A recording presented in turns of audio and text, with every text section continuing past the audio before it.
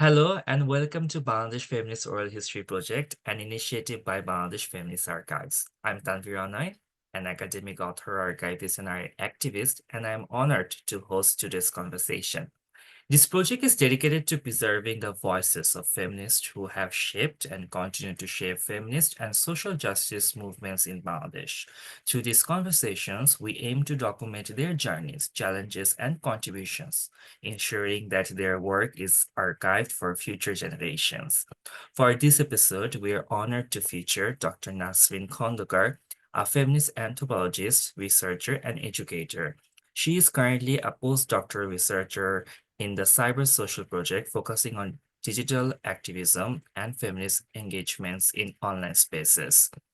Dr. Khandoker earned her PhD in anthropology from Maynooth University, Ireland, and has previously worked as a postdoctoral researcher at the University of Limerick and Galway University.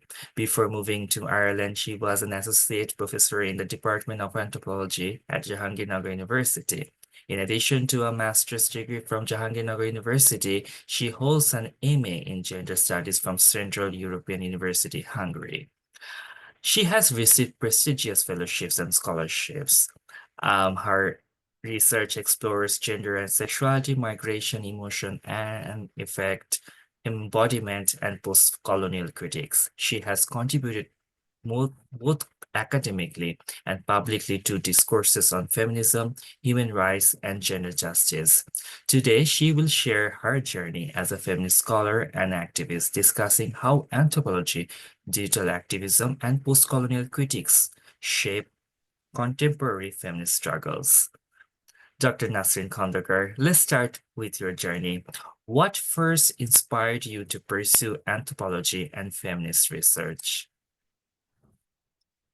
Thank you, Ono. Thank you for your brilliant question. But before going into that, I just wanted to express my gratitude for inviting me here in this fantastic work.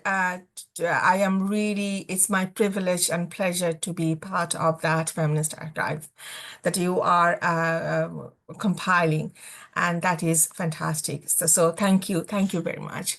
And to go to your question, it's a very interesting question in a way that you asked that how my journey to anthropology and feminist movements, and these are so entangled together because my interest in anthropology actually came from my feminist interest. So that's the reason why I chose to be anthropology. And it was an accidental one, I must say, because although when I was a intermediate student, so in my higher education, uh, in my high school years, I was I was introduced by the writings of Tosliman Nasrin.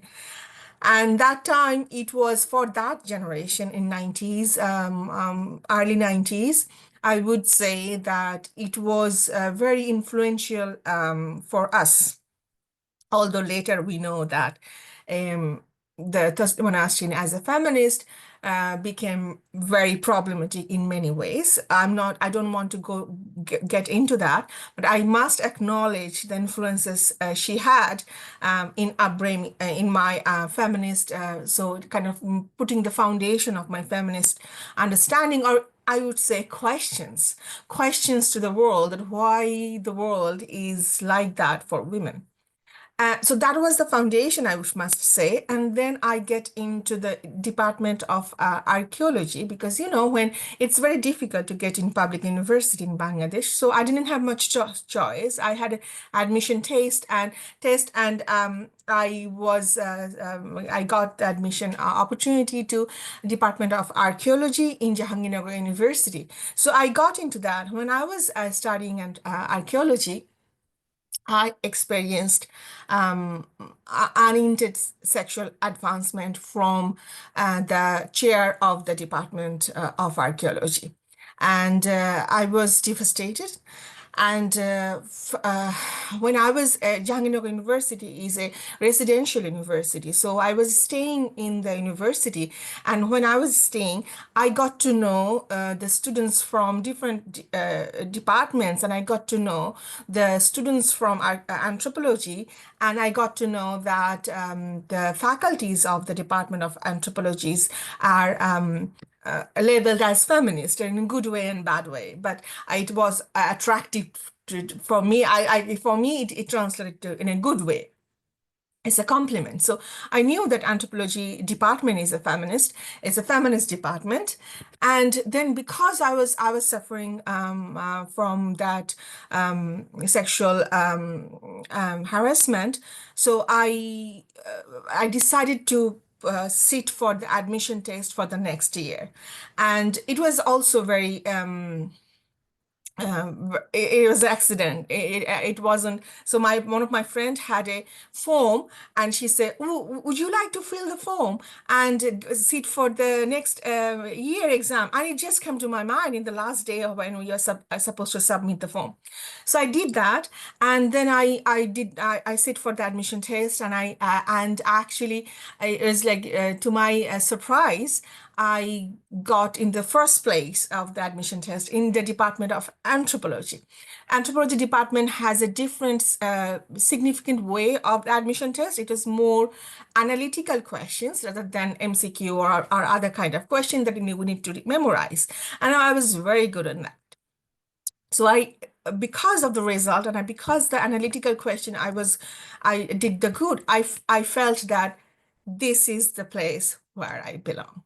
And especially, so I thought that this will be my, how to say, refuge. I feel like anthropology is my refuge for its curriculum, for its faculty, for its way of the pedagogical style, everything just made from, like, I felt like I made for it, and I fell in love with anthropology. So it is like literally, and that all thing come together. My feminist understanding, my experience of sexual harassment, and department's values all came together.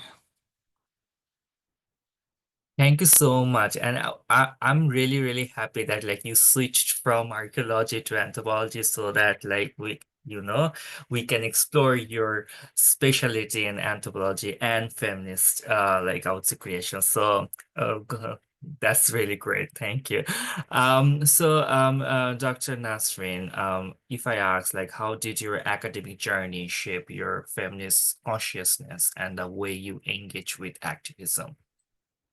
So so I said you the first part that how did I get into the department or get into anthropology?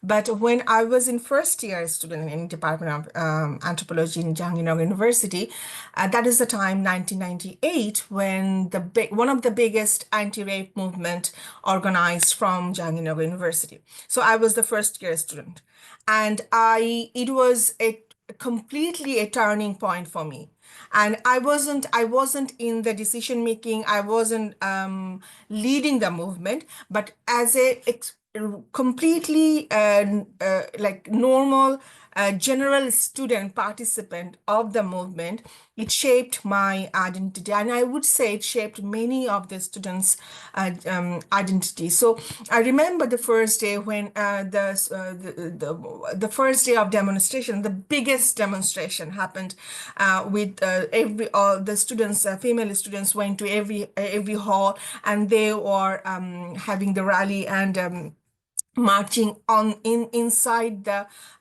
hostel, the dormitory, university dormitory corridor, and it created a sense of resistance, and I will never forget that.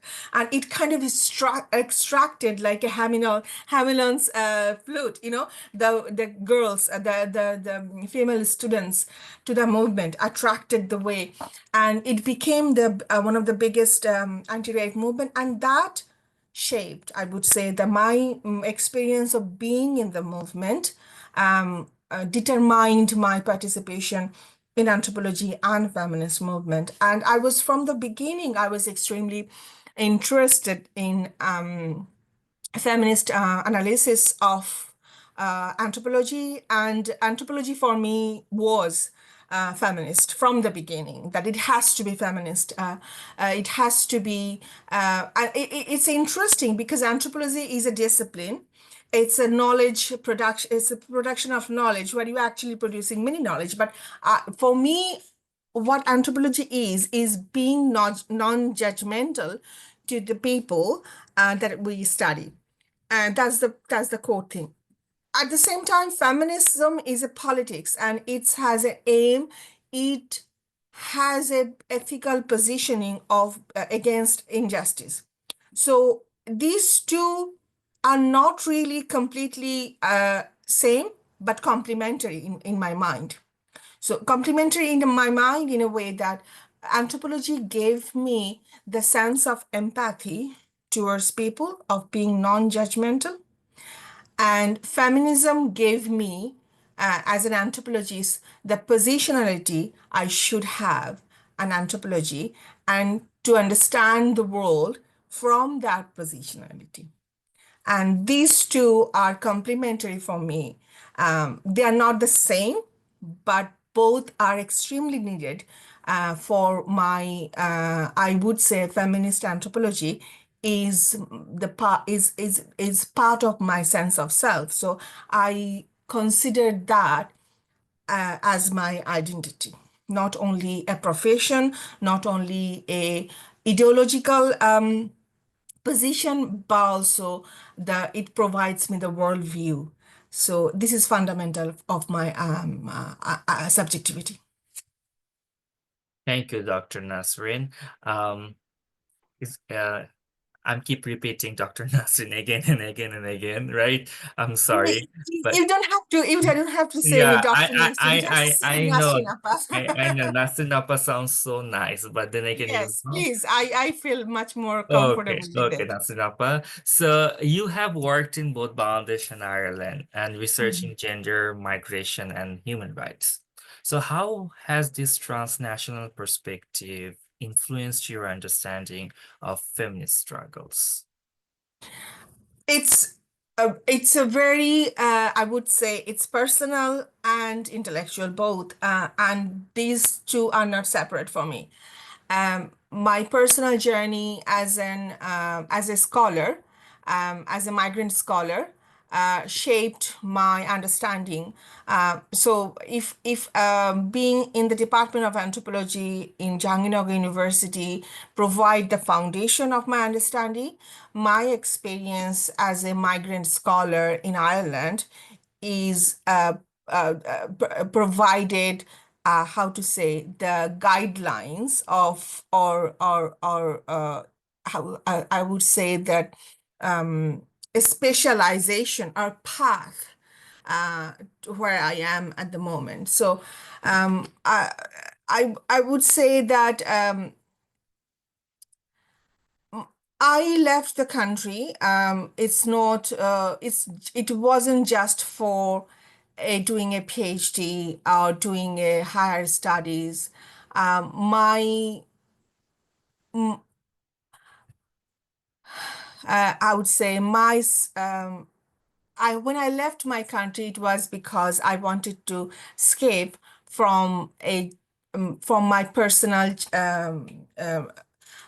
from an intimate partner violence, which is also difficult to conceptualize as intimate partner violence, because by this time I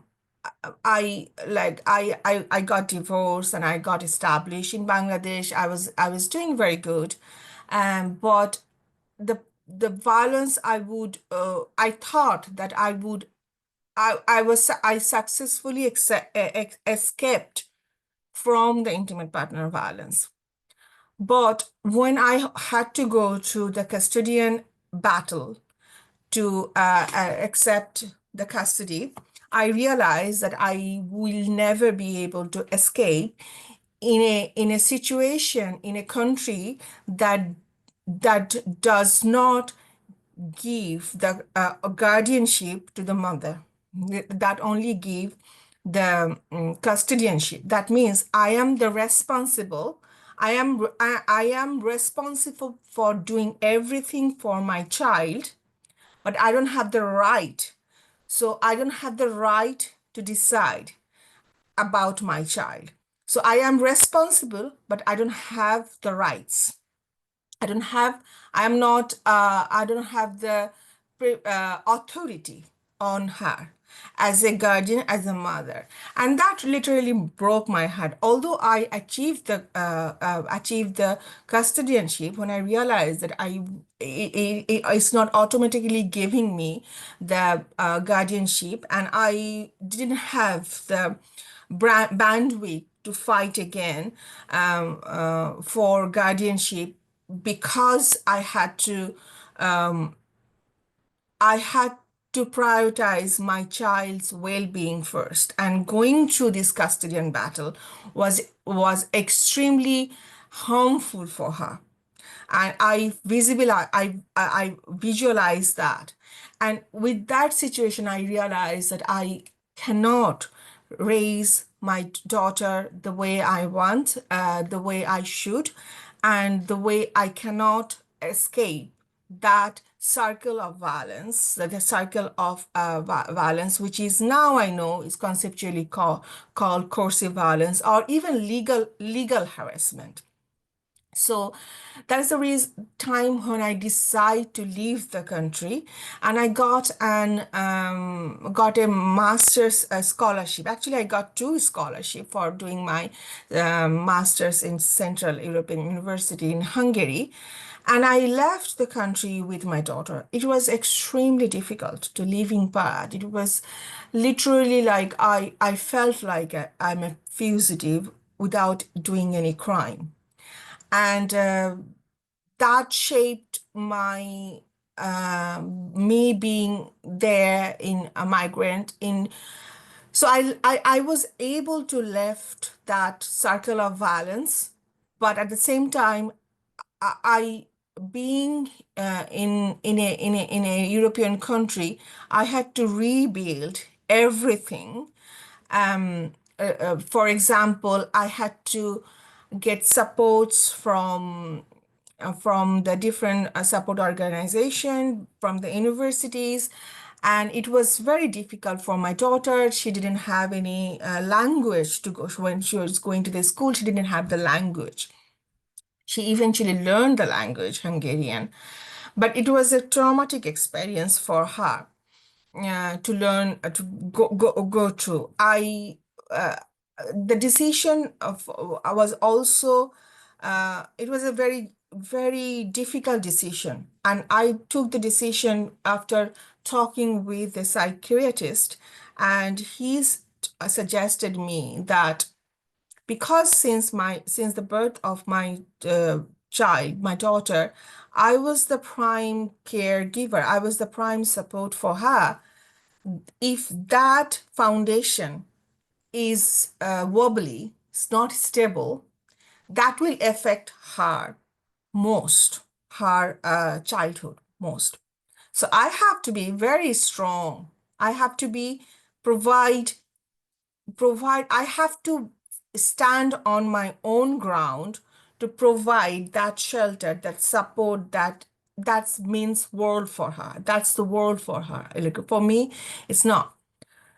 So that is what I wanted to create here, and it wasn't easy.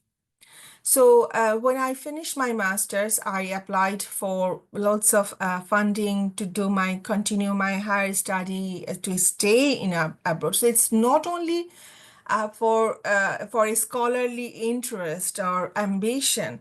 It was basically I wanted to stay in Europe, to not to go back to Bangladesh because of this legal situation. And so I would say me as a mother, as a single mother, me as a victim, I would actually like to use the word victim um, uh, and survivor both, but I wanted to point the fact that victimhood is not um, a shameful identity. So I am victim and I survived it. Does victimhood doesn't destroy my agency.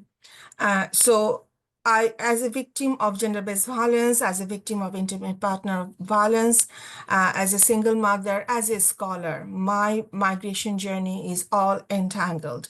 And that's why it is shaped and informed by my feminist understanding, feminist, uh, how to say, feminist worldview, and that became the part of me. So when I got the PhD scholarship, I came to Ireland, and that time, my master's is a very intense program. You have to be, it's a very difficult and intense and packed program. But when I came to Ireland, I decided that I have to prioritize living first. And then the second will be my surviving. I have to prioritize myself and my daughter first. And it's a 4-year program, so it's a long time. I have to create a stable situation for us, and that was my goal. So other more than my PhD, I was focused on that, creating a life, creating a stability, a stable situation for us. Um, so that's went hand in hand again, and it was hard. It was very hard. I wouldn't say it was easy, but I'm proud that I made it.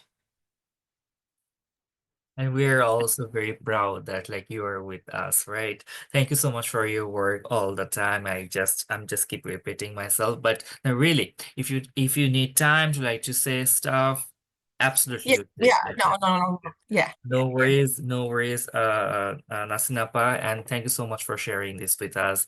So my next question for you would be, is that your research explores um, the intersections of gender, sexuality, and embodiment. So how these themes connect in your work, especially regarding post-colonial critiques of feminism.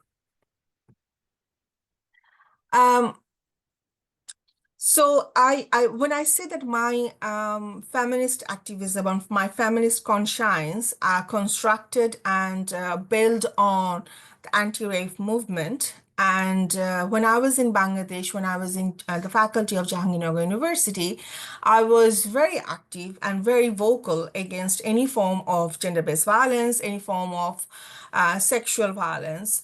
And so, so I realized that feminism in Bangladesh are so much focused on feminist activism is so much focused on constructing the solidarity against violence. It's a violence-centric platform, I would say. I wanted to, through my experience to that, I wanted to for me, I understood that for me, the feminist activism is not to be against something only, but also to force something, to create something, to have that.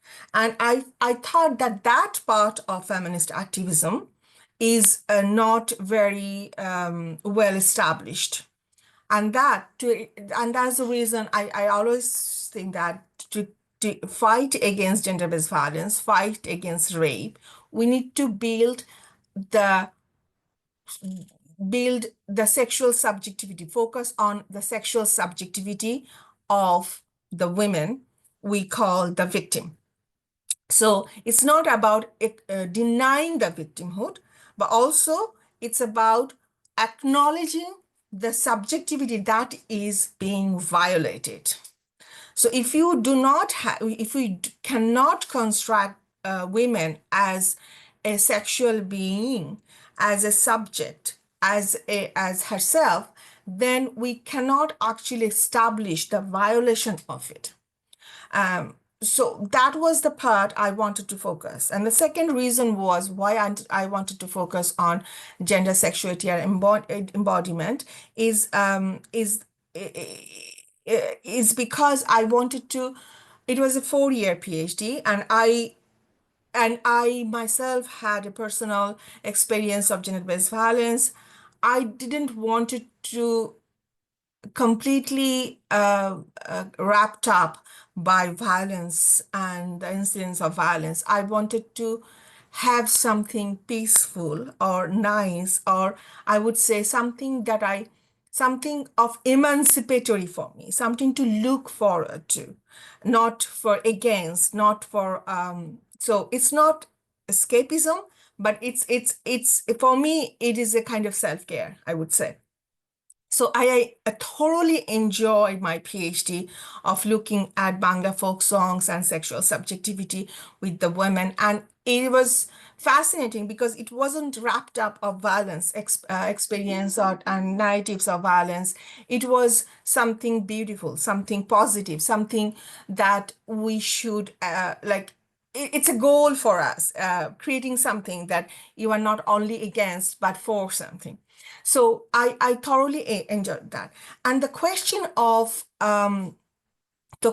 gender and sexuality comes also, an embodiment is also comes after I did my master's at Central European University. I was introduced by queer theory, and the true queer theory I was fascinated by, and still I am fascinated by queer theory, but I find it kind of disconnected, the queer theory with the LGBTQ politics and like the way it has been shaped in different countries, different places, and especially because I was focusing on female sexual subjectivity, I didn't find that within not even feminism, not even queer theory. And why not feminism? Because although feminists, liberal white feminists are talking about sexual liberation for a long time, their sense of sexual liberation doesn't fit with the women like us, women like in colonial, post-colonial countries, or women like South Asia and global South. So I find that the sense of sexual subjectivity that I wanted to focus on, it doesn't have any place in both feminism and both queer theory. So I wanted to create, that's the reason I created focuses on gender and sexuality. But in the worldwide, when you talk about gender and sexuality, so in the department, different departments in the world, women's studies, gender and sexuality is kind of divided in two paths. Women's studies are more about women. Gender and sexuality is more about non-cis heterosexual and queer subjects. So I wanted to find a common ground between those. I wanted to find a place of solidarity. I know it's extremely problematic because the way when we talk about solidarity, we often wanted to blur the differences. I didn't want to blur the differences, but I wanted to have.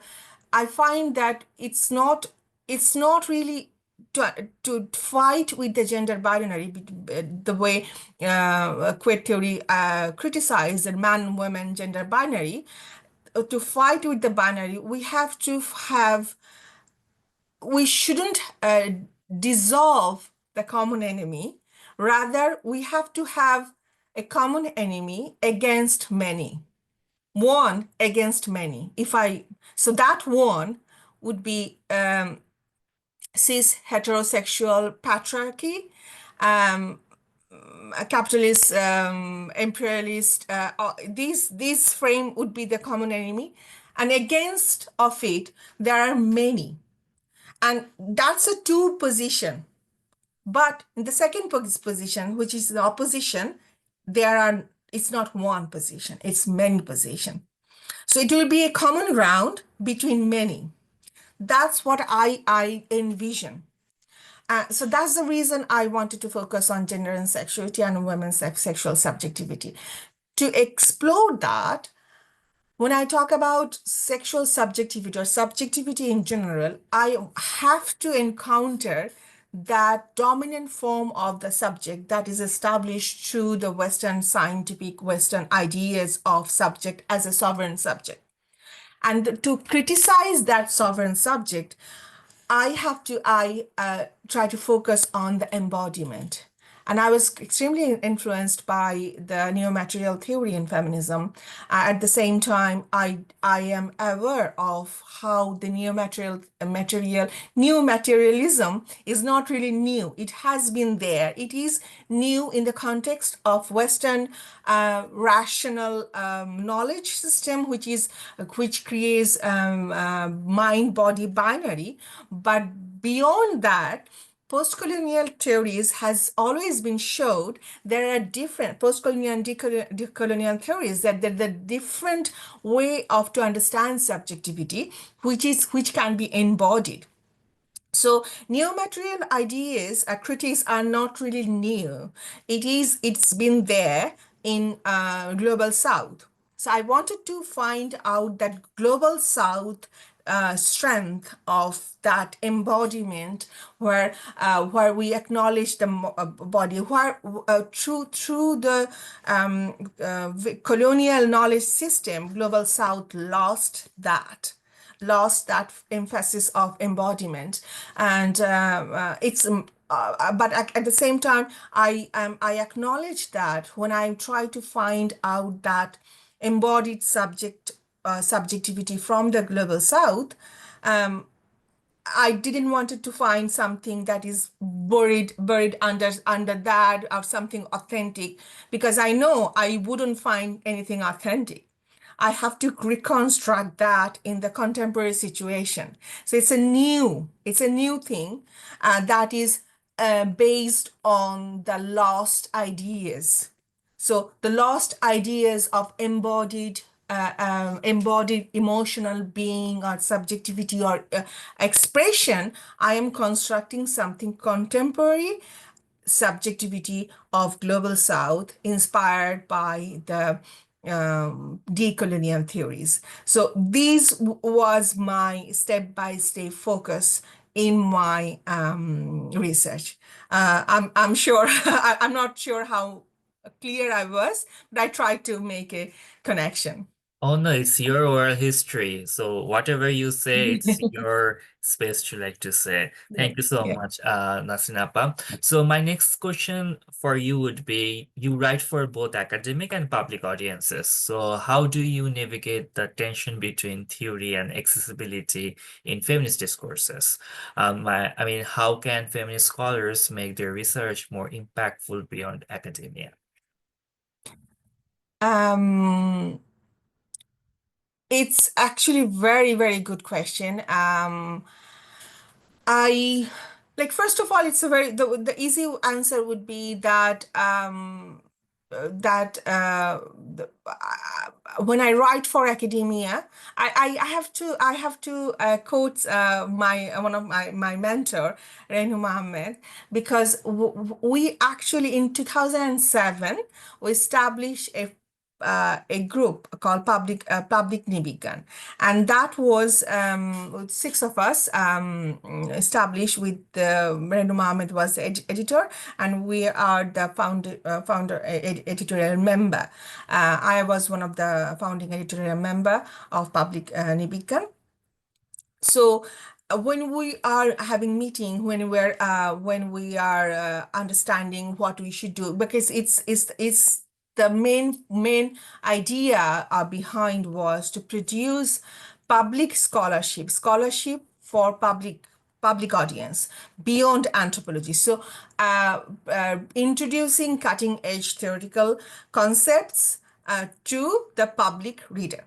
So one day I was telling the Renuma, okay, so that means we have to write it in a how to say sahoj, simple words.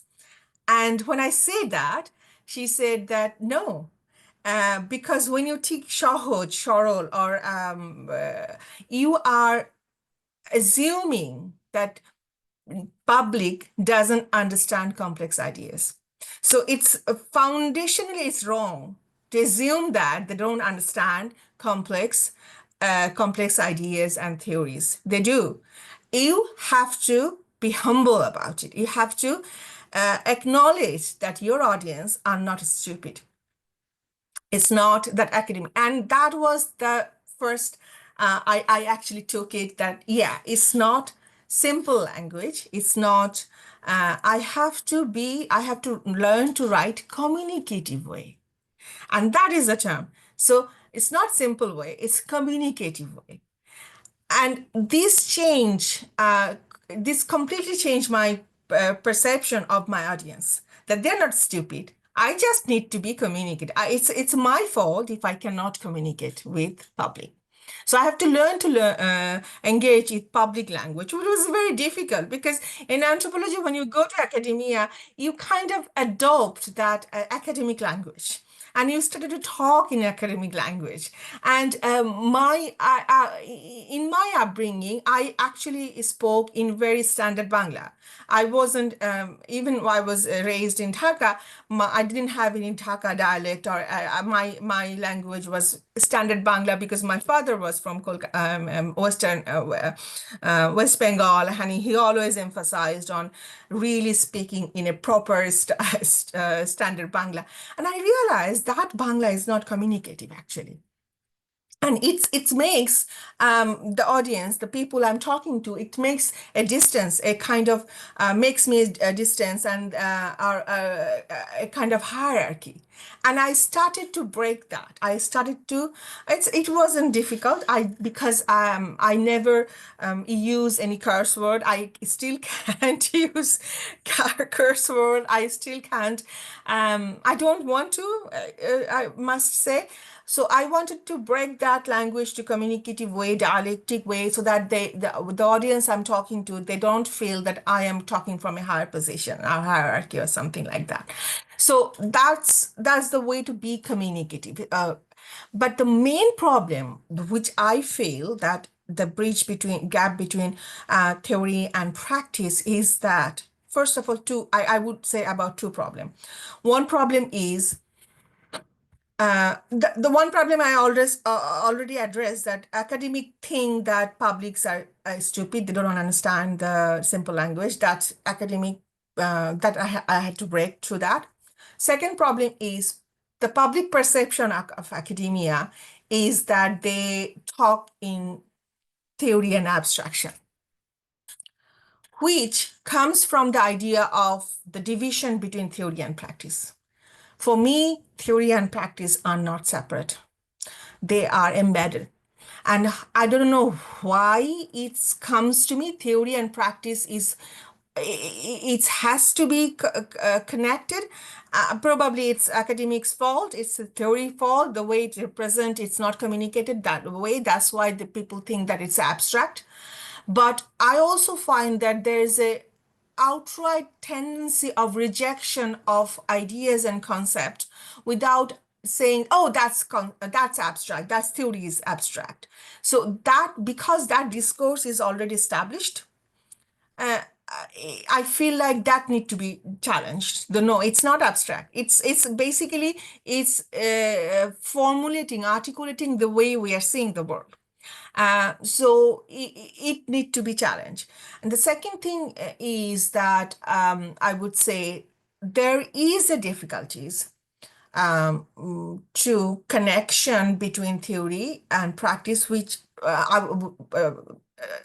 not theory, but I was thinking that the advancement of or the discourse around the complexities of the problems, for example, problems of gender-based violence, rape, queer. So this inequality that is in the world, that exists in the world, to address that, why it's happening, what should be done, how to do it. These discussions are labeled as theoretical discussions.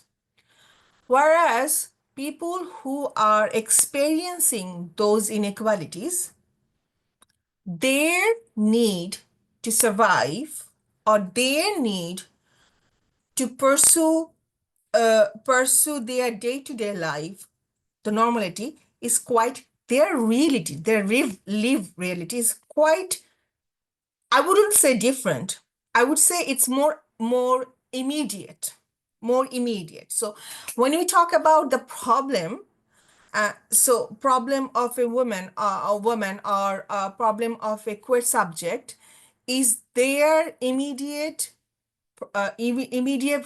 lived reality, which doesn't always necessarily uh, can connect with the discussion of the bigger picture of why this is the inequality happening and why we do what is the common enemy, what we do need to fight against. So that is the gap. It's not theory versus practice.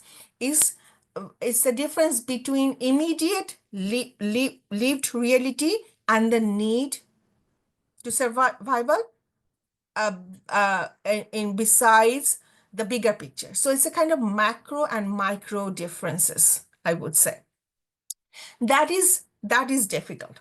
That is difficult in a way when I try to talk about that, okay, sexual subjectivity, and for that I use the term sexual subaltern, because I didn't want to I kind of wanted to critique the in appropriation of identity politics, one kind of appropriation of identity politics, which became sometimes so unfortunately mainstream, and I wanted to keep a little bit away. So my point would be that it always, when I say, okay, it's a sexual subaltern, when I say sexual subaltern, I'm focusing on the temporal subjectivity that is marginal, that is subaltern because of their sexual desire and being theirs. So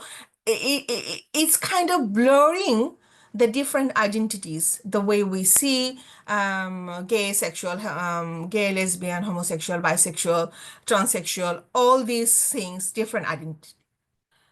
I and we need to bridge a gap. So it's not that I'm trying to replace the concept of sexual subaltern with LGBTQ, but I wanted to put a parallel. I wanted to have supply a parallel concept where if we wanted to have a solidarity platform, we can have that. So it's not I'm replacing that.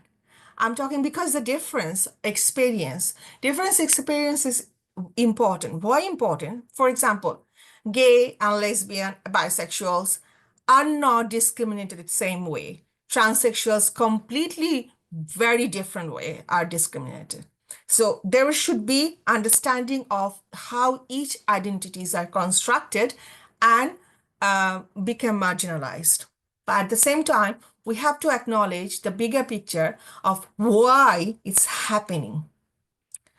And when we acknowledge that bigger picture, we need to understand we can build this common ground. So it's a bit tricky to conceptually understand a common ground and then apply it to the immediate need. So if immediate need for Bangladeshi queer subject would be not to be criminalized by the state and the society. Okay, and not to be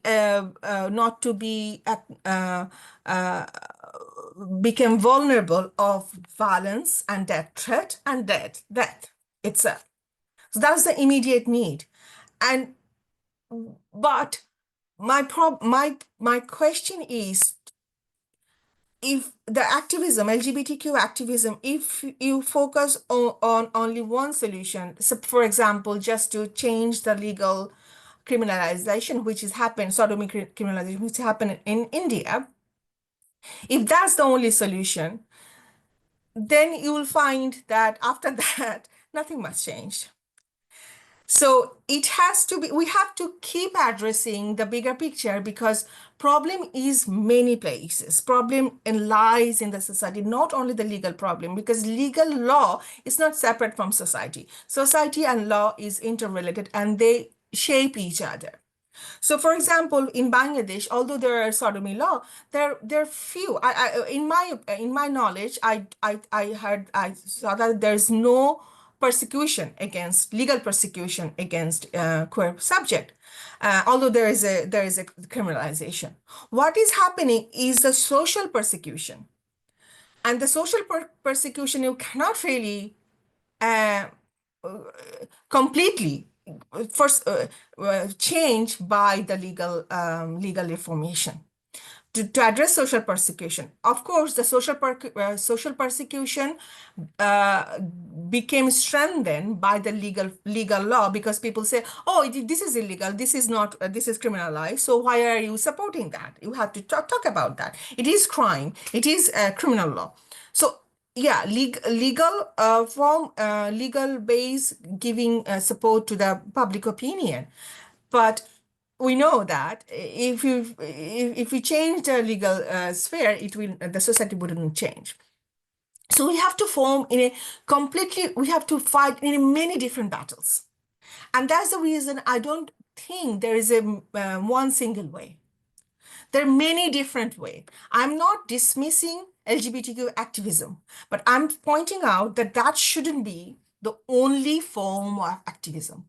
First of all, for me, I would say, to understand the lived reality of queer subject is that to create empathy, to provide safety, and making that not making them more vulnerable than they already are. That should be the first step. And then we will go. So that's the reason why there is a difference between theory and lived reality. But we can minimize that by discussing, to have more platforms so that we can actually talk about that gap. We can talk about how can we translate the conceptualization or arguments or discussion about the bigger picture, and then connect it to the lived reality of people who are living in those margins. So we have to, and that is where I would say, that's the reason I do not want to discourage, because for me in academic, I must say that I am a mostly an academic feminist. I let myself to be as theoretical as I can, despite the fact that it might be very difficult to translate that to the immediate reality of the people who are marginalized based on their gender and sexual identity. But I feel like I should do it because I have the knowledge and I have the authority, I have the position, I have the opportunity. And this is also a form of activism in a way within academia. It's a form of activism because within academia, this kind of knowledge is always marginalized. So that's my battle, one battle. My second battle would be to translate that to the lived reality of the people and to help to be in solidarity. And that is also I'm trying to do. But I think it also has to be two-way, that it has to be receptive of, and especially in the recent rise of anti-intellectuality, I find it very important to and I must say there is like I really do not wanted to take that knowledge authority position, but I would also wanted to differentiate uh, between deeper knowledge and surface knowledge. So that we get from Google or ChatGPT, then because even ChatGPT gives you basically the surface level of knowledge that you don't really get in depth. So there should be people who will deeply dive on a topic, and then that need to be acknowledged by the other people. But at the same time, I am very aware that even anthropologists, even sociologists, there are many, too many to count, that work for the that they are conformist and they work for the establishment. They work for the system that keep the inequality alive. So it's not that it's expert knowledge is always good and you have to acknowledge that. No, you really have to, and that's my battlefront is that academia, the people, even there are scholars who talks about colonization, post-colonization, but they are silent about the injustice happening within the wall of academia or within the contemporary situations such as Palestine or the genocide is happening. So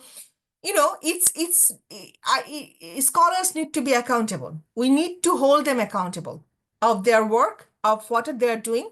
But at the same time, we have to do it with also a deeper knowledge, not with a surface knowledge. So I hope that is clear what I wanted to Mhm. say. Yeah. Thank you so much, Nasinappa. That was a really, really thoughtful, I would say, answer. There are so many takeaways from that, I would say, answer, but I'm not going to go that into deeper. But the one thing really strike with me, and I really, really do agree with you, is that like even we talk about 377, right? But that's a really technical law, right? Like like whenever the penetration is happening, there should be two witnesses, right? So like there's a lot of loopholes on that particular situation. And that reminds me of like I remember back in 2017, there's a I think in a Keranigans there's a party going on, and they really tried to like to put them in a 377 law, but they couldn't because of like they didn't witness any sexual activities happening. So what that previous regime's fascist government did is that they tried to put them in a narcotics, I would say, um, um, like I would say a narcotics case or something. Mhm. So it's really interesting, like you put out that and like how you kind of like said, like it's a social intervention and social persecution rather than it's a like a kind of like criminalization and stuff as well. And that really clears it out that like how we do have this shallow understanding of like things around us, right? Like we just kind of like rub because if we intellectuals, I do not consider myself a fully intellectual, I mean, a way, I mean, making, but if we keep doing this surface level of, like, I would say, intellectualism, we're not also being honest to us. We're also kind of like, just like promoting like populist behavior ideologies, that. So thank you so much, Dr. Nasinapa, for that. And also I will be taking away like, like not saying that your public is stupid, right? Like that is something I will also reflect on that from whenever I write something from the public, and that is very true. That like we kind of like make a difference between like we're intellectuals, they're like public, so they're not supposed to like to understand these things. But there's so many people they can understand these things. We just that's why I think the anti-intellectual movement is also kind of rising up because of that, like the elitism that comes from Mhm. like we are Mhm. much better a person than you. That kind of attitude Mhm. comes in. Mhm. So Mhm. that's Exactly. thank Mhm. you so much for like I have so many, unpack to do, but I'm going to go to the next question. So your current research is in the CyberSocial project, focuses on digital activism and cyber feminism. The terminology I really love, cyber feminism. Great. How do you see digital technologies reshaping feminist activism and discourse on gender-based violence? It's a very good question. Thank you for that. And so, first of all, I do not really differentiate much between cybersphere and public sphere or real, and the physical sphere. Um, it is just a different form of expression. It creates the what we have within us. It's manifested or amplified that what we have inside. So it's not really a very different sphere. But there are certain kind of uh, characteristics in it. Characteristics in cybersphere, we can engage and disengage very easily. Easily physically disengaged because uh, I wouldn't say we are sorry, I shouldn't say that. It's not that we physically disengage. We cannot disengage, but we cannot engage physically much. That's the thing. And that prevents to be, I feel like that I am also involved in certain online activist group. And I find something like that there because when you meet someone, you greet and you say hello, you talk, and you do not get very easily very aggressive with them.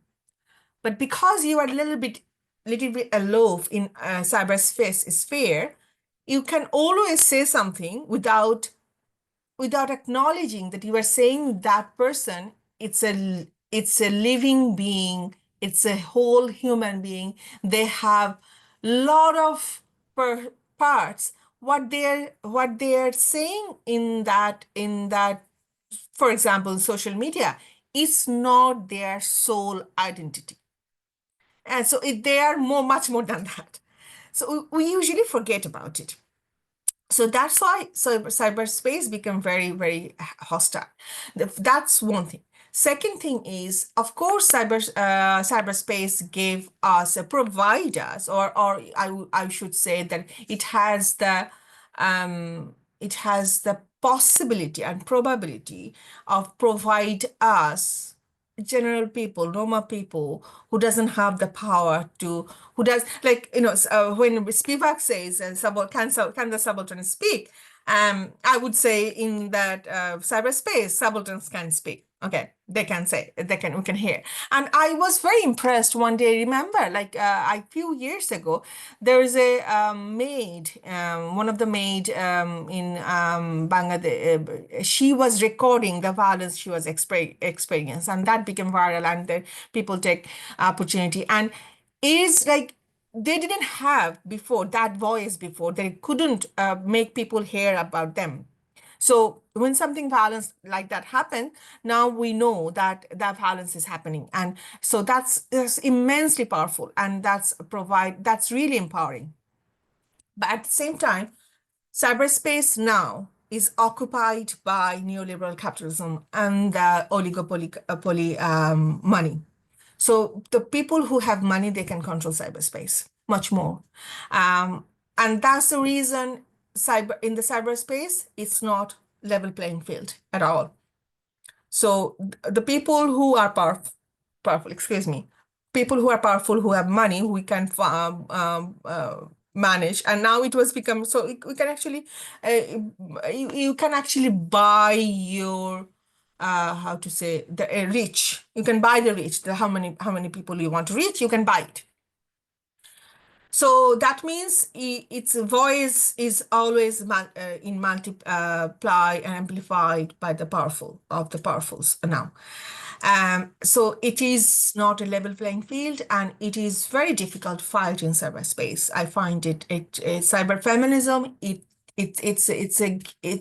has its pros and cons. Two types of, I will go to that. It's a make the way it provides opportunity and taking the opportunity from, it's corrupted because it is corrupted by more and more by the money and the corporate interest. And so basically you can buy bot, and you can control the cyberspace with money, loads of money.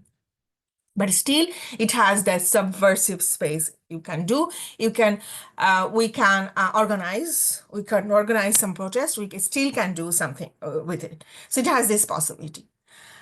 The second problem with cyber feminism is, I would say, the what is problem with feminism itself is the populist feminism, populist influential feminism, how to say, influencer feminism. And that influencer feminism is uh, it's because they are not coming from a grassroots organization of the lived reality of people, of many people. So suppose I am a feminist and I wanted to do something online. My understanding is, if I do not, if two things, if I am not really reading, I don't have the feminist theoretical knowledge, and if I do not have the understanding of knowledge of the lived reality of many women around or on the country, then their perception would be very individual perception. And they amplify their perception, the way they understand from their positionality, from their individualistic, neoliberal, consumerist, I would say girl boss feminism. So that became very prominent in cyberspace, which I find very problematic. And the problematic two reason. One reason is, I don't want to discourage or dismiss the good thing that can come from that. I acknowledge that even girl boss feminism has its own power to dismantle the patriarchal system. Okay. Because, if you see someone, see a woman, she is become empowered, it has some quality to challenge, because I believe that there shouldn't be one way, there should be many way. You have to break the back, heterosexual patriarchy, cis heterosexual patriarchy in many form, many ways. So I do not want to dismiss that effect of it. I acknowledge that even that kind of feminism had some effect, positive effect. But the negative effect is, if it doesn't communicate with the many people's live reality, many women's live reality, or they cannot connect from what the other women want, how they wanted to see themselves, or their perception, it's often became the more it's feeding into the anti-feminist discourse as well. So people think, oh, feminist means that only, because they are not really conveying there is a many different way you can be a feminist. There are many different way of feminist theory works. There are multiplicity, and we always call feminisms, and in the feminisms, they all have their strengths and weaknesses. So if we only represent only one form as a feminist, then it feeds into the anti-feminist propaganda often, because of its weaknesses. Because it has its strength, but it has its weaknesses, and those weaknesses sometimes create a problem. So that populist cyber feminism can be problematic if it doesn't connect with groups of women, and it doesn't connect or acknowledge uh, women with empathy. And I find it often that the women often, because cyberspace is extremely, I would say, it's a masculinist, aggressive sphere, to be acknowledged or to be viral, someone has to be co-opt that language, that attitude. And which is, I find it problematic, because as a woman, female subjectivity, I am against of that kind of masculine aggressive batagiri types of personality and language, and so I do not want that.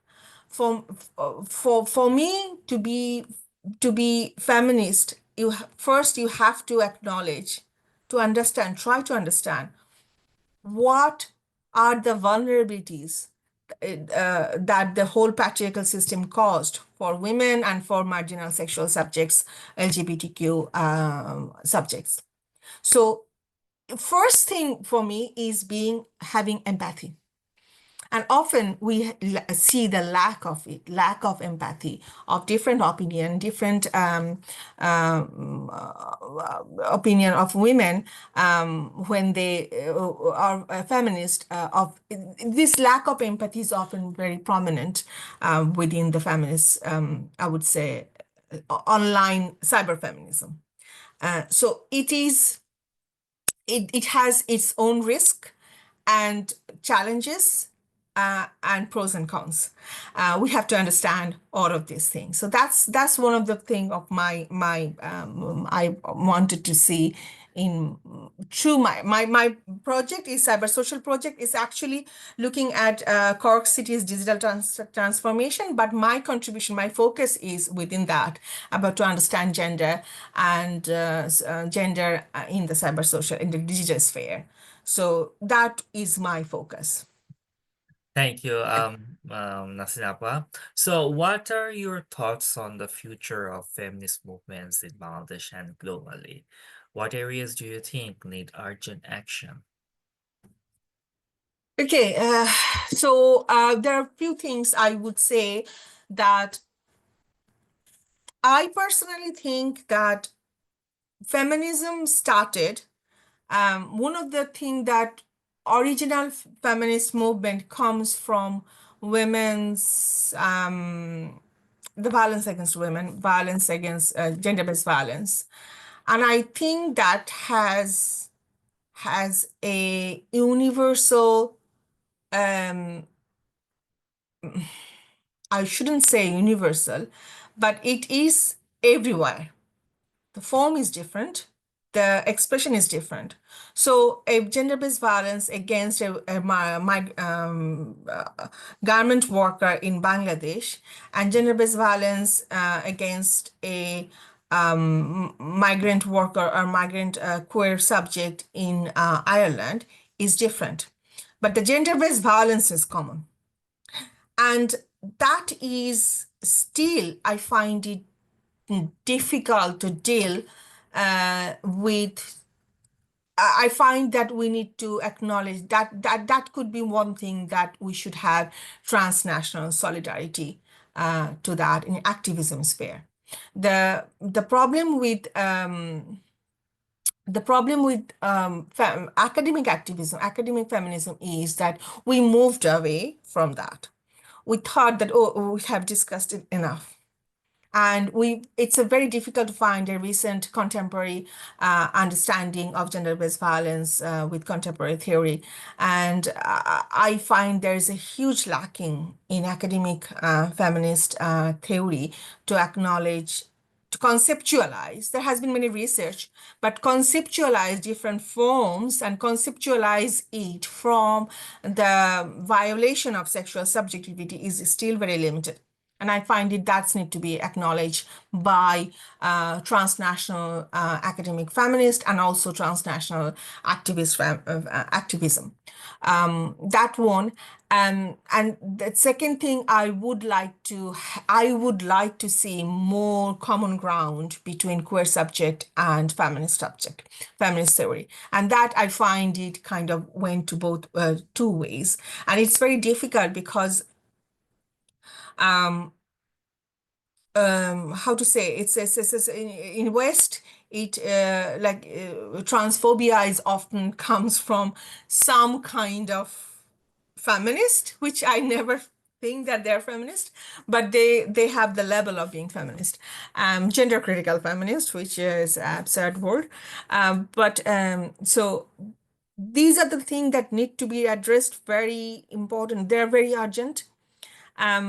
So to have a feminist and queer common ground. Thank you, Nasinapa. My next question for you, yeah, I'm going to like to bridge these two questions together, so like you Mhm. can like answer them together, right? So looking back on your journey, what key lessons or experiences have shaped your activism and scholarship? And what advice would you give to emerging feminist scholars and activists navigating academia and advocacy today?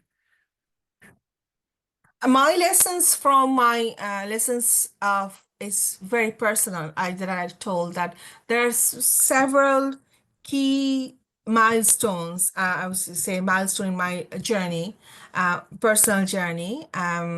Towards that being in the Department of Anthropology, being a part of the anti-rape movement, and then continue to advocate for that.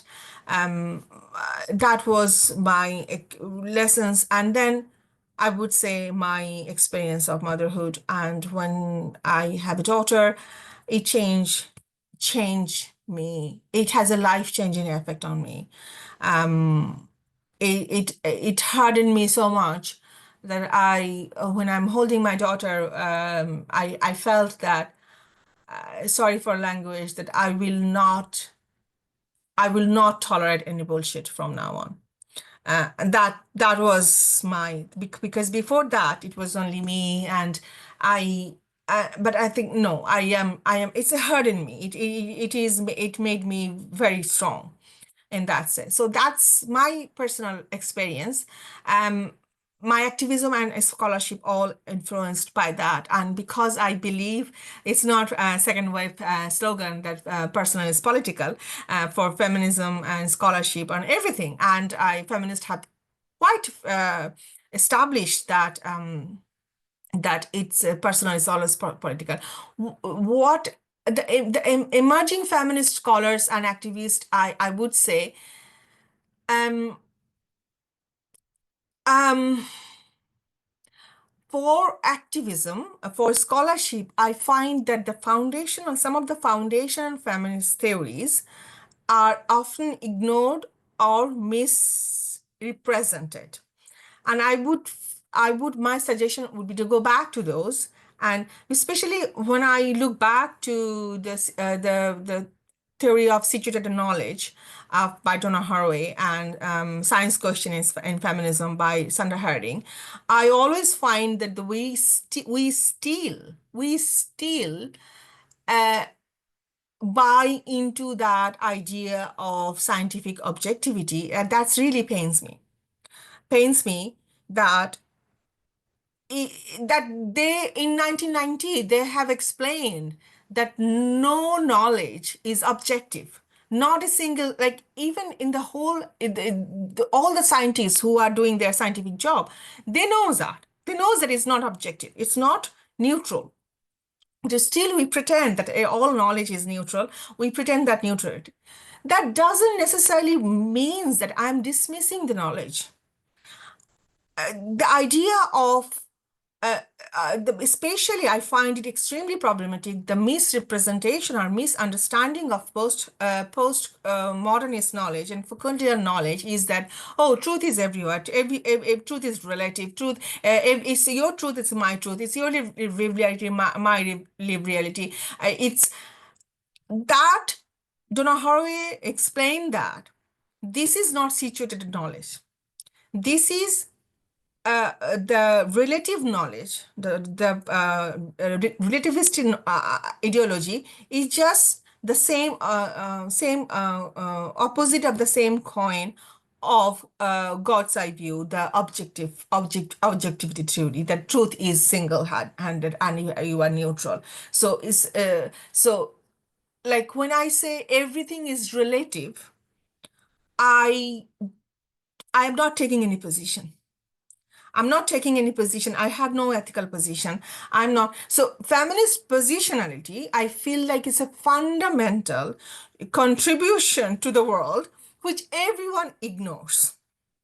Everyone ignores in scholarship, in activism, everywhere. So, I would like to say to all feminist activists and scholarship even, to stop and think back about feminist positionality is not relativity. It's not relativism. It's not your view versus my view. Because you and me are not positionally, we are two different individuals. It's not our choice, it's our positionality. And that positionality determined by how we are perceived, not how we see ourselves, how we are in systematic structure, how we are conceptualized as a human being.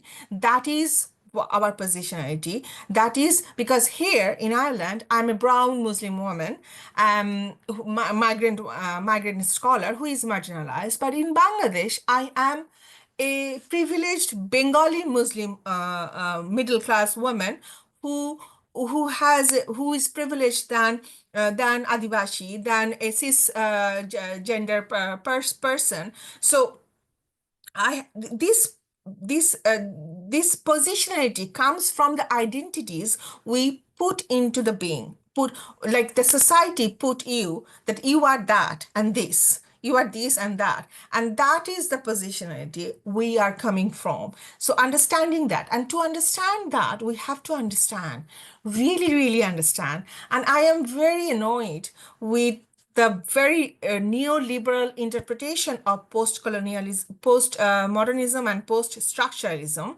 And I wanted to get back to idea of the power of structure and agency together. By acknowledging that we all have agency, we often forget that the structure, how powerful this is. And at the same time, when we talk all about powerful, sometimes we ignore the people's agency. So we need to really have to ground it in between that. We always have to acknowledge that power and structure and agency work together. And that is very crucial for feminist movement and feminist scholarship for everyone who I would like to understand. This sounds very theoretical, but I need to be able to, as an academic, I need to be able to identify when people comes talk something from that kind of problematic position, problematic theoretical position of acknowledging that, of not acknowledging that positionality. So that is, I find it extremely crucial for feminist activism, and to understand that truth is not relative, and truth is not absolute either. Truth is positional. Thank you, Nasinapa. There's a one thing I really wanted to add is that um about theories, right? Like whenever like I teach like undergrad courses, like whenever I go back to a lot of foundational feminist theories, they some of them are expired, right? Like this whole, evolving with theories and stuff as well. But a lot of scholars, they don't evolve, right? They kind of stick like, with their own theories, and they just want to like, like, okay, fine. Like if you don't teach that, you're not a feminist, or if you don't comprehend, like it's more likely there's a really, really funny conversation I had with someone who is such a big fan of Foucault. And then I kind of said, like, sorry for my language, it's like, fuck Foucault. And that person got so offended that, like, this stop talking with me. And this is the situation that like you made these people like godlike, and then whenever you go to Yeah. them, and then dismisses you as like, oh no, if you don't like Foucault, you're not part of this intellectualism and stuff as well. And I think in one of my classes, like when I was doing my master's, and then I said, I was like, I don't want to read any Foucault. So if you have any readings about Foucault, I am leaving this class. Okay, enough with Foucault. Okay, we don't need Mm, Foucault anymore. mhm, We need anything else. Okay, so mhm. I think like that's my kind of rebellious situation. I'm not saying that like not reading Foucault is like a resistance, but Yeah, yeah, yeah. acknowledging that like Foucault like has expired. Like we really need to like do, because I think in Bangladesh as well, like I also did my undergrad in English literature from East West University. So most of the readings is very heavily British, right? Heavily, like, there's so irrelevant poets I had to read. I was like, I'm not enjoying this. But this whole, colonial fever Mhm, we do mhm, have, and we still have our departments very much, mhm, this mhm, mhm, going through this colonial feverish situation. mhm, But mhm. also our teachers needs to understand that, like, in this kind of scenario, I don't think John Donne, that poet, would be very much relevant to, like to Exactly. kind of like, teach English for that Mhm, mhm, particular mhm. department. So I really Yeah, liked like how you also kind of like your own motherhood, your own particular feminist theories, kind of like, like critiquing the other theories which are relevant for years and years and years, and also kind of critiquing the post-colonial, I would say, theorist as well. Because just because of your post-colonial theorist, it doesn't mean that like you're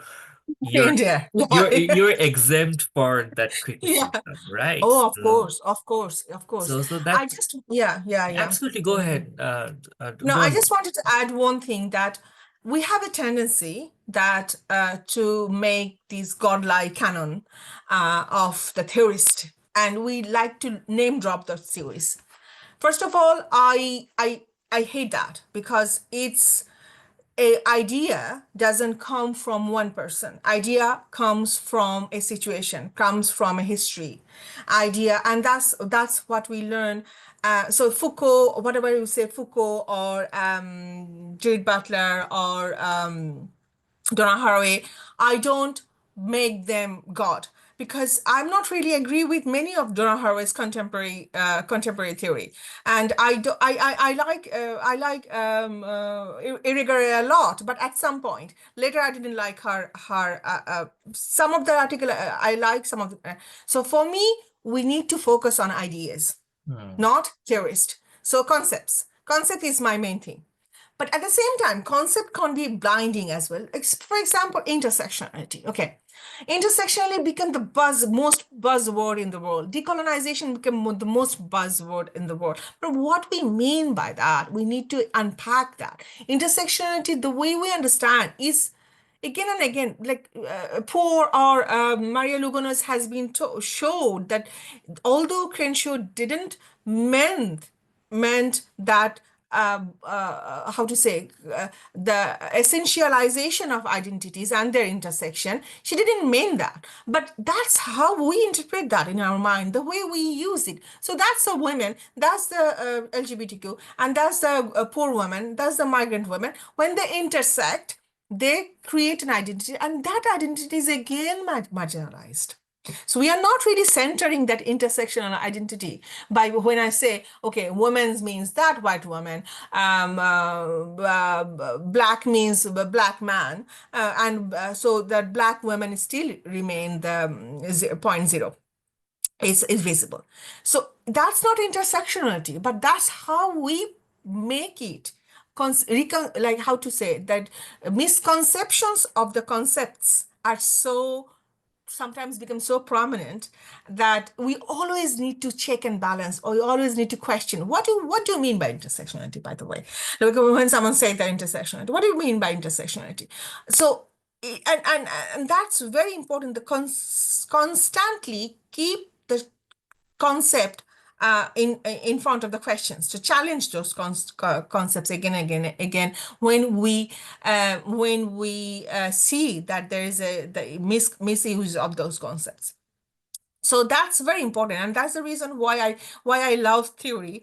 That theory gives me that opportunity to constantly fight with the concept. For example, I had a huge argument with someone that I hate the word positive discrimination. Okay, and the reason I hate it, because in fundamentally when I started I started feminism, we understood the difference between difference and discrimination. So difference is different, just different, you and me different. Discrimination is when we facing different kind of hierarchy, we're positioned in hierarchical position based on our difference. That's a two different thing. So discrimination is inherently a bad thing. You cannot make a positive discrimination. It's by positive discrimination, you thinking that, okay, discrimination can be, it's not that you cannot say non-consensual sex as a rape. Like, it's a rape. Non-consensual sex is rape. You cannot say non-consensual rape. Rape is itself non-consensual. Do you know what I mean? It means that when I say that positive discrimination, if we are thinking that there can be something positive about discrimination. It is not. It is not. When in the concept of I'm going just giving an example. We always need to be able to challenge and to listen to other people, that why I'm challenging it, and if they have strong argument, then I be able to take that, to be so flexible enough to change my conceptualization, change my ideas. If someone gives me, okay, no, you are right. So one day I was thinking that whether the way we understand identity formation, whether this forms an identity or not. In beginning, I thought so. I always try to be flexible to understand people's conceptualization coming from their lived reality rather than only from coming from the theoretical perspective. So that flexibility we need, and we cannot do that by making Foucault a god.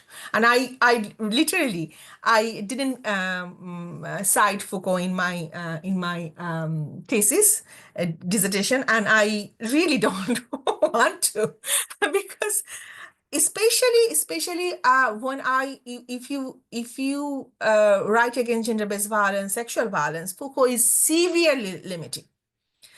And you need to acknowledge his contribution. At the same time, you need to acknowledge his problems. So no one is 100% like, oh, everything is. And there is a tendency, I think that's also very colonial mindset of, I didn't, oh yeah, I'm referring Benjamin, I'm referring Habermas, I'm referring Marx or Hegel, or I I can't. I feel literally very uncomfortable when someone does that, because I do not do it. I always use concepts, but not the person who used the concept always. But if I had need to cite, I will cite it. But only the credit I am agreed to give them. Otherwise it's they are not God. They do not explain everything. I have a I funny can't. story to tell here is that uh, I remember one of my master's class, like that was my first class when I came here for my master's in Oregon State University. And there's some students where like keep quoting like whenever they're speaking, like they're quoting more like a 10 to 12, I would say, feminist writers are like related to gender and sexuality. And I come from Bangladesh, and we don't that have much exposure to gender and sexuality studies. And also like like although I have read a lot, but then again like there are so many academics and intellectuals around us. Yeah, that's too many. Yeah. Yeah, and some point in the class, I think on the fourth or fifth class, I kind of like spoke my mind and said like, do I really sound very stupid if I don't quote like a academic or intellectual whenever I'm speaking? Because I feel like I'm very inferior in that sense, like I don't know nothing about it. And some of them kind of like took it a little bit personally because I think maybe I'm targeting them or something. But after that, some of the folks reach out to me saying like, thank you so much for saying that, because like if if in the WGSS, if we do not decolonize this whole methodology about like like keep practicing those stuff, like you have your academic writing has to be very perfect, your English has to be very perfect, or like you have to like to name drop the all the god alike, I would say, like the work shaped by this whole Yeah. academics and stuff as well. If we don't kind of, I do agree that like you have to Mm. read Foucault, you have to read Judith Butler. Mm. If you don't read them, how you're going to criticize their theories, Okay. right? Like Yeah. so, reading is fundamental, right? So, Yeah. so that reminds me of like as well. So I was feeling so sad and very like very inferior intellectually. It's like, wow, I'm very unsmart. I do not belong here. Like the sense of like creating this whole scenario Mm. is also Mm. kind of like the one of the toxicity of academic fields Mm. as well. That like Mm. Mm. it's a like a horse race, right? Like who's much more like intellectual than Smart. Yeah. who Yeah. or Yeah. that. My last question for you, okay, and Yes. I will Yes. let you go after that. So. Mhm. Finally, is there a specific moment or experience that captures the essence of your work and commitment to feminist and social justice movements? Yeah, that's a very difficult question, because I have so many moments, you know, I have so many moments of Then experience. tell two or three, no worries. No, when I already told you that when I hold my daughter, I felt that I'm not going to take any bullshit anymore. I'm not going to let anyone underestimate me, or let anyone, and I have to create a world that she doesn't have to go through what I had gone through. And I know it sounds like I am kind of, how to say, have a propaganda of motherhood or something like that. It's not. It's not. It's because if it's just a very personal for me, because we like to, the problem of ourselves as a woman or as a marginal subject is that we kind of normalized the violence or injustice happened against us. We kind of, and the society make us always feel that you're guilty, you're guilty, you are guilty because and that's it was part of me that every time when I experience something, and it is still very much significant even in the feminist movement, that we always, oh, women, you have to do this, you have to do, মেয়ে তুমি stronger হও, মেয়ে তুমি এটা করো সেটা করো, এগুলো like I feel really annoyed to see whenever I see someone suggesting women to do something, as if the injustice happens towards them, it's because they are not doing or doing something. It's not about them. It's not about women, what they're doing, what they're wearing, whether they are stronger, whether they are more educated, whether they are very feminist, whether they are independent financially. Doesn't matter. It happens to everyone. Every single woman has to go through violent injustices in the world. Yeah, they are patriarchal. They can be patriarchal, and they are sometimes even have to be more patriarchal than their counterpart, man. But that doesn't necessarily deny the fact that they also do not have to face or experience misogynistic attack.